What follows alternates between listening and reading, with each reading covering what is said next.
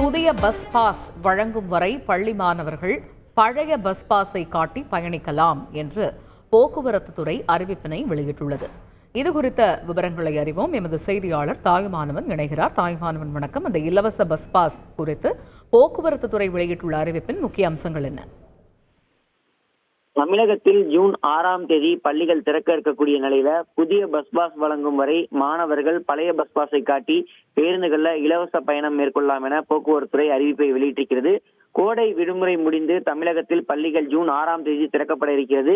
இந்த நிலையில பள்ளிகள் திறந்தவுடனே புதிய பஸ் பாஸ் வழங்குவது என்பது சாத்தியமில்லாத ஒரு சூழல் என்பது இருப்பதாகவும், அதே நேரத்தில் மாணவர் சேர்க்கை முடிந்த பிறகு ஒட்டுமொத்தமாக கணக்கெடுக்கப்பட்டு மாணவர்களுக்கு புதிய பஸ் பாஸ்கள் வழங்கப்படும்.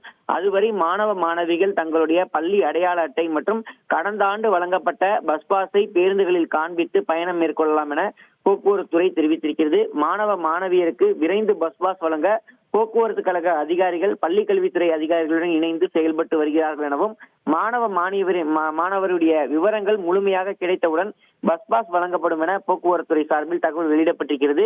எனவே மாணவ மாணவிகள் கடந்த ஆண்டு வழங்கப்பட்ட பஸ் பாஸை பயன்படுத்தி பேருந்துகளில் பயணம் மேற்கொள்ளுமாறும் அல்லது பள்ளிகளில் வழங்கப்பட்டிருக்கக்கூடிய அடையாள அட்டையை பயன்படுத்தி பயணம் மேற்கொள்ளுமாறும் உத்தரவு என்பது வழங்கப்பட்டிருக்கிறது.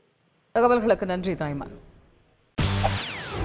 செய்திகளை உடனுக்குடன் தெரிந்து கொள்ள உடனே சப்ஸ்கிரைப் பண்ணுங்க.